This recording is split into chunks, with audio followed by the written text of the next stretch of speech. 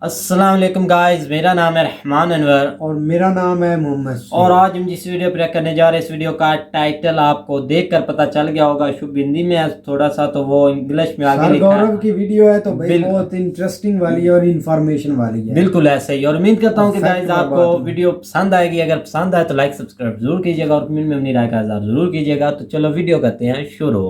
Hello friends, मैं हूं गौरव। और क्या आपको पता है कि आज इंडिया और चाइना जो एक दूसरे के कट्टर दुश्मन हैं, वो करीबन 2000 साल पहले एक दूसरे के सबसे बड़े ट्रेडिंग पार्टनर्स थे।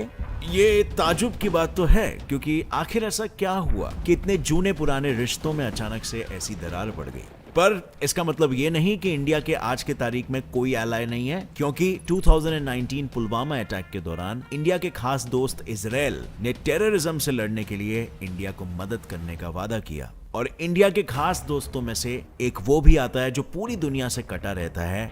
जी हाँ, मैं बात कर रहा हूँ नॉर्थ कोरिया की, जो वैसे तो पूरी दुनिया से दुश्मनी पालता है, लेकिन प्राइम मिनिस्टर मोदी की एक ट्वीट पे उसने इंडिया को अपना एलाय बनाने की बात कह दी थी।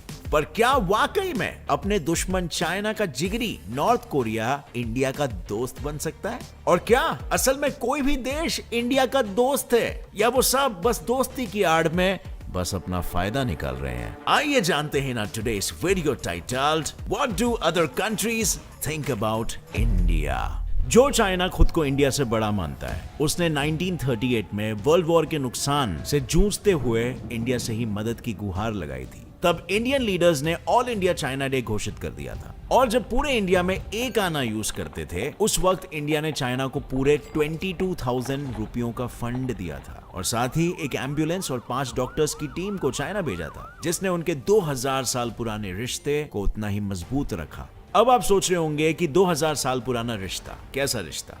तभी ट्रेडिंग का सबसे बड़ा और मशहूर सिल्क रूट इंडिया और चाइना से होकर ही गुजरता था, जिस वजह से दोनों देशों का आपस में काफी ट्रेड होता था। और इसी रिश्ते को बरकरार रखते हुए 2004 में इंडिया चाइना ने 7000 करोड़ का ट्रेड कर खुद का ही बेंचमार्क तोड़ दिया था, जिसके बाद इस प्रॉफिट को और बढ़ाने 2005 में उन्होंने strategic and cooperative partnership for peace and prosperity sign किया था। अब यहां तक तो चीजें अच्छी चल रही थी, लेकिन अचानक 2017 में इनकी इस दोस्ती में दरार आने लगी, क्योंकि 2017 में जब चाइना सड़क बनाने के बहाने जबरदस्ती भूटान के डोकलाम बॉर्डर में घुस गया था, तब इंडियन आर्मी ने ऑपरेशन ज्यूनिपर चलाया, जिस वजह से चाइना को मजबूर होकर अपनी सेना को वापस बुलाना पड़ा था। और उसी वक्त चाइना के करंट अफेयर कमेंटर ने यह कहा कि इंडिया को इग्नोर और अंडर एस्टिमेट करके चाइना ने बड़ी गलती कर दी है।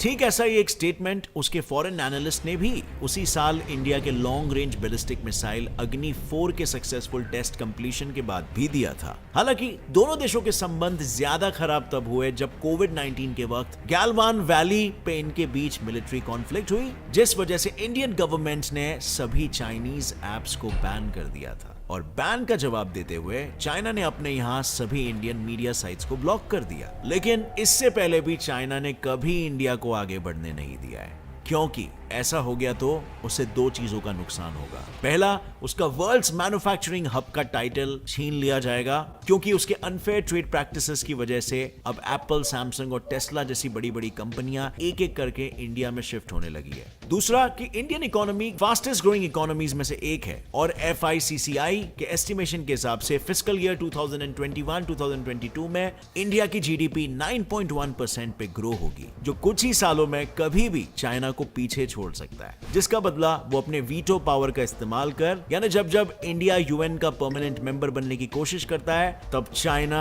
हरदम उसके अगेंस्ट वोट करता है। और साथ ही वो हमेशा बॉर्डर पे कॉन्फ्लिक्ट शुरू रखता है, ताकि इंडिया उलझा रहे और उसकी ग्रोथ ना हो। अब friends, do you know, this is the moment I have been waiting for. 2020 फिर से शुरू होगा और मेन गेम्स खेले जाएंगे India versus New Zealand, Bangladesh versus Pakistan और श्रीलंका वर्सेस वेस्ट इंडीज के बीच में। ICC men's T20 world cup तो ऑलरेडी खत्म हो चुका है और द चैंपियन इज ऑस्ट्रेलिया। और अगर आप फुटबॉल में इंटरेस्टेड हो तो बहुत सारे इंटरेस्टिंग इवेंट्स है फुटबॉल में जिन्हें आप एंजॉय कर सकते हो और आपकी फेवरेट टीम जीतने पर आप रियल कैश भी जीत सकते हो। 1x bookmaker the most reliable bookmaker app है जहां पर आप मैच प्रेडिक्शंस कर सकते हो और अपनी बुकिंग्स पर कैश जीत सकते हो। यहाँ पर आप मैच के रिजल्ट्स भी देख सकते हो रियल टाइम में, गेम्स खेल सकते हो ऑनलाइन और यहाँ के विन्स काफी बड़े अमाउंट में होते हैं। मेरे सब्सक्राइबर्स में से जो भी रजिस्टर करेगा उसे $100 मिलेंगे फर्स्ट डिपॉजिट पर और आप जितना भी पैसा जीतोगे आप उसे विड्रॉ कर सकते हो थ्रू पेटीएम, बैंक अकाउंट और एनी अदर मेथड। काफी इंटरेस्टिंग एप्लीकेशन है और अगर आप भी स्पोर्ट्स फैनेटिक हो तो आप भी ट्राई कर सकते हो। अगर आपको क्रिकेट या फुटबॉल पसंद है तो बुकिंग सिर्फ 1xbet पर ही करो। Find the link and promo code in the description and show that you're a true sports fan. Number 2, UK. जहां कभी अंग्रेज अत्याचार करके इंडिया से पैसे चुरा कर ले जाया करते थे, वहीं आज की तारीख में यानी 2019 में सिर्फ इंडियन कंपनीज ने ही यूके को 4 लाख करोड़ का प्रॉफिट करके दिया है, जिसके कारण यूके की इकोनॉमी को काफी बूस्ट मिली है और आज इंडिया यूके का दूसरा सबसे बड़ा फॉरेन इन्वेस्टर है। इस रिश्ते को और मजबूत बनाने के लिए तो पीएम मोदी खुद यूके गए थे, लेकिन कितना भी हो जाए हम इतिहास को पूरी तरह से मिटा थोड़ी ना सकते हैं और इसीलिए तो आज इतने अच्छे संबंध होने के बावजूद भी इंडिया की ग्रोथ यूके की आंख का कांटा बनी हुई है, क्योंकि 2019 में नॉमिनल जीडीपी के मामले में इंडिया की इकोनॉमी फ्रांस और यूके को पीछे छोड़ 5th लार्जेस्ट इकोनॉमी बन चुकी थी। सिर्फ यही नहीं बल्कि यूके की लेबर पार्टी हरदम इंडियन मैटर्स में पड़ते रहती है और इंडिया को क्रिटिसाइज करती रहती है, जबकि दुनिया के सामने वो इंडिया की काफी तारीफ करेगी। जो दोगलापन यही दर्शाता है कि यूके के खाने के दांत कुछ और दिखाने के दांत कुछ और है। पर यूके के दोगले स्वभाव का कारण है उसका सुपीरियॉरिटी कॉम्प्लेक्स कि जिस देश पर उसने 200 साल से भी ज्यादा राज किया वो बस 70 सालों में उससे इतना आगे कैसे निकल सकता है। और यूके की इसी सुपीरियॉरिटी कॉम्प्लेक्स का सबूत 2016 का ये सर्वे रिपोर्ट बताता है, जिसके मुताबिक 43% यूके सिटीजन्स को आज भी यही लगता है कि उनका कॉलोनियल कल्चर यानी दूसरे देशों पर राज करना सही था और ये उनके लिए गर्व की बात थी। और अगर उनकी आइडियोलॉजी कॉलोनियलिज्म ही है तो क्यों दुनिया के सामने डेमोक्रेटिक देश बनने का ढोंग करते हैं। उनका दूसरा एक ढोंग तो ये भी है कि खुद को इंडिया का एलाय बताने के बाद भी यूके इंडिया से ही भागे हुए सभी बड़े बड़े स्कैमर्स को पनाह देता है और जब इंडिया उन स्कैमर्स को लौटा देने के लिए कहता है तब चोरों के लिए ह्यूमन राइट्स का नाम लेकर वो अपील डिनाई कर दी जाती है। लेकिन बात तो कुछ ऐसी है ना कि यूएस के मांगने पर क्यों अमेरिकन क्रिमिनल्स को तुरंत हैंडओवर कर देता है, पर यूके ये सब खुलेआम नहीं करता क्योंकि वो अच्छे से जानता है कि उसके लगभग 1 लाख लोगों को रोजगार सिर्फ इंडियन कंपनीज की वजह से ही मिल रहा है और सिर्फ कंपनीज ही नहीं बल्कि इंटरनेशनल स्टूडेंट्स भी यूके के रेवेन्यू में 2 लाख करोड़ कंट्रीब्यूट करते हैं, जिसमें सबसे ज्यादा इंडियंस ही होते हैं। और ऐसे में यूके दोगलापन दिखाने के अलावा और कुछ कर भी तो नहीं सकता। It's a game of national interest, right. Number 3, Israel. इस स्टेटमेंट ने खुद ही ये बयान कर दिया है कि इजराइल इंडिया के कितने करीब है, क्योंकि आमतौर पे जहां सारे वर्ल्ड लीडर्स न्यूट्रल रहना पसंद करते हैं वहीं इजराइल के पीएम ने ही इंडिया को अपना खास दोस्त बताया और साथ ही पुलवामा अटैक्स के बाद उन्होंने डंके की चोट पर इंडिया का साथ देने की बात की थी। वैसे तो आज इन दोनों देशों के बीच इकोनॉमिक, मिलिट्री और स्ट्रेटेजिक रिलेशनशिप काफी स्ट्रांग है, लेकिन इन दोनों के बीच के संबंध काफी पुराने हैं। दरअसल जब पूरी दुनिया में ज्यूज को पर्सिक्यूट किया जा रहा था तब इंडिया ही एक ऐसा देश था जिसने इजराइल के ज्यूइश लोगों को पनाह दी थी, जिसके बाद इजराइल और इंडिया के बीच सिर्फ स्ट्रेटेजिक ही नहीं बल्कि एक एथनिक रिलेशनशिप भी फॉर्म हो गया था और सिर्फ इजराइल ही नहीं इंडिया भी उसे अपना खास दोस्त मानता है। तभी तो एक न्यूट्रल देश होने के बावजूद जब 2014 में इजराइल और हमास के बीच टेंशन चल रही थी तब सुषमा स्वराज ने कहा था कि इंडिया भले ही पैलेस्टीन को लेकर अपने पॉलिसीज चेंज ना करे लेकिन इजराइल के साथ भी अपने रिलेशन अच्छे रखेगा, क्योंकि इनके इसी रिलेशन ने 10 सालों में दोनों देशों के बीच 66,000 करोड़ मिलिट्री इक्विपमेंट का बिजनेस करवाया था।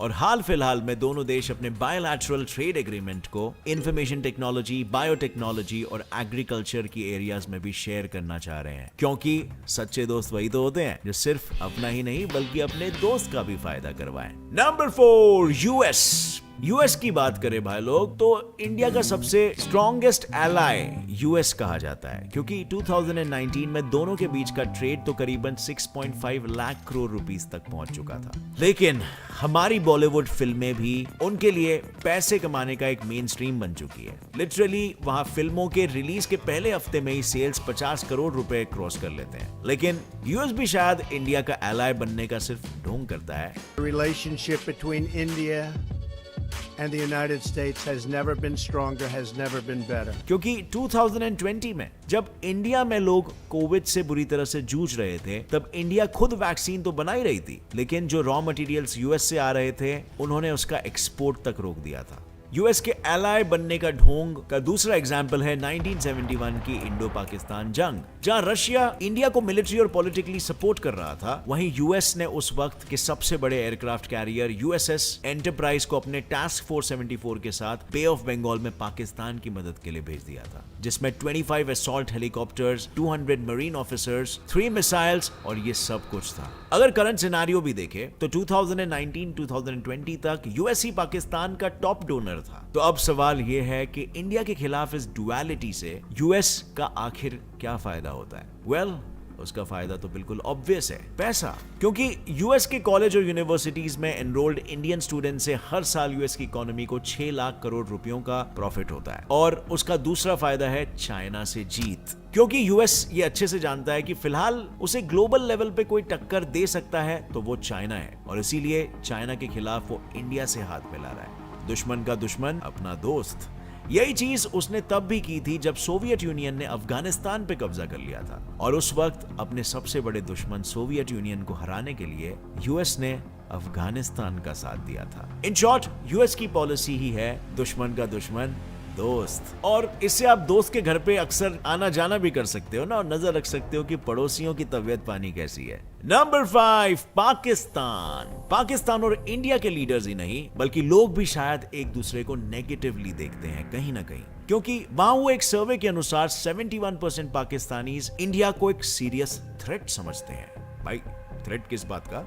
या इंडिया न्यूक्लियर बॉम्ब फोड़ रहा है, या इंडिया टेररिस्ट को भेज रहा है दुनिया भर में? और क्यों ना समझेंगे? वेल, समझ सकते हैं कि पाकिस्तानियों को ऐसा क्यों लग रहा है, क्योंकि जब उनकी स्कूल की किताबें ही उन्हें ये सब कुछ झूठा पढ़ाती है बचपन से, जैसे कि इंडिया पहले पाकिस्तान का हिस्सा हुआ करता था and not the other way round, या ये कि इंडिया में सूफी संतों ने इस्लाम को मुगल्स के आने से पहले ही फैलाने की शुरुआत कर दी थी, जबकि उनके पास इस बात का कोई सबूत भी नहीं है। और सच तो यह है कि सूफी संत कभी किसी को कन्वर्ट कराने में मानते ही नहीं थे। खैर, ये तो पाकिस्तानियों की सोच की बस एक झलक थी, पर वो इंडिया के बारे में और क्या क्या सोचते हैं और क्या क्या मन घड़त कहानियां बनाते हैं, ये डिटेल में जानने के लिए आप ऊपर आई बटन पे क्लिक कर सकते हो। पूरी वीडियो में ये बयां किया है कि what do Pakistanis think about Indians with proofs. Number 6, north Korea. North Korea के सुप्रीम लीडर के जन्मदिन पर मोदी जी ने विश करते हुए किम जोंग उन को अपना गुड फ्रेंड बताया, जिससे ये साबित होता है कि दोनों देशों के बीच काफी अच्छे संबंध है, और इसीलिए तो आज नॉर्थ कोरिया में इंडियन एम्बेसी है और इंडिया में नॉर्थ कोरियन एम्बेसी है। लेकिन हमारे और उनके रिश्ते सिर्फ यहीं तक सीमित नहीं है,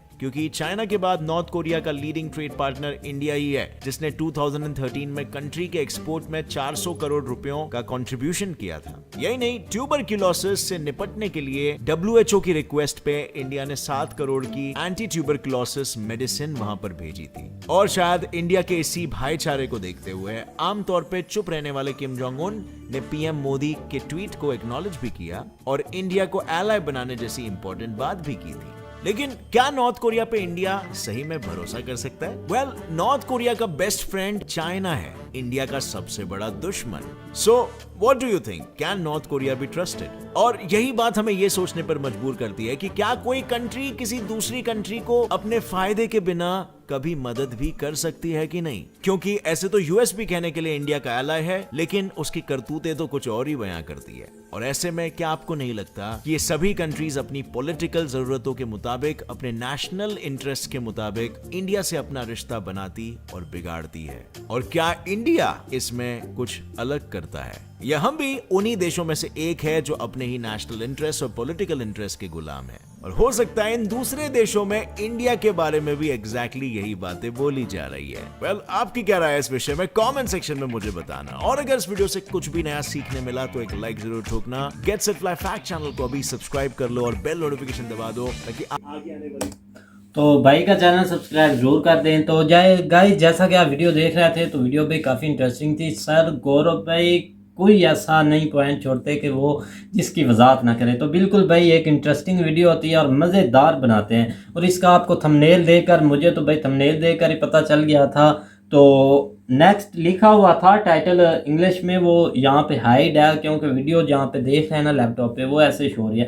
तो भाई इस वक्त आप भाई क्या थिंकिंग रखते हैं कि जैसा कि उन्होंने बताया डिटेल से कि मतलब के सब हैं तो एक मतलब ऐसे कि जैसे हमारे दोस्त हैं, भाईचारा हैं, लेकिन हैं इनके मतलब के दिल से आप पूछते हैं ना उनके तो इतने इनके करीब नहीं है, जैसा दिखाने को कुछ और है। सबकी मिसालें इधर दी गई हैं। अमेरिका भी अब नहीं इनके हक में बोलता, ऊपर से तो है मोदी जी करते हैं, लेकिन भाईचारा है, हम फ्रेंडली हैं, लेकिन दिल से नहीं करते। क्योंकि जब रशियन ने S-400 की डील की थी ना, तो सबसे पहला भाई नज़रिया जो आपको बोलते हैं ना नफ़रत भरा पैगाम, वो अमेरिका ने ही बोला था कि आप इनसे क्यों डील हो रही है इनकी, आप पर पाबंदियाँ हम लगा देंगे, ऐसा कर देंगे। लेकिन इतने दबाव के बावजूद भी इंडिया ने S-400 उनसे डील करवाई और उसको कामयाबी तक पहुंचाया। बिल्कुल ऐसे ही है ना दबाव के, आप जैसा कि आप फिर आ जाएं हमारी कंट्री पर, हमसायों की पाकिस्तान की।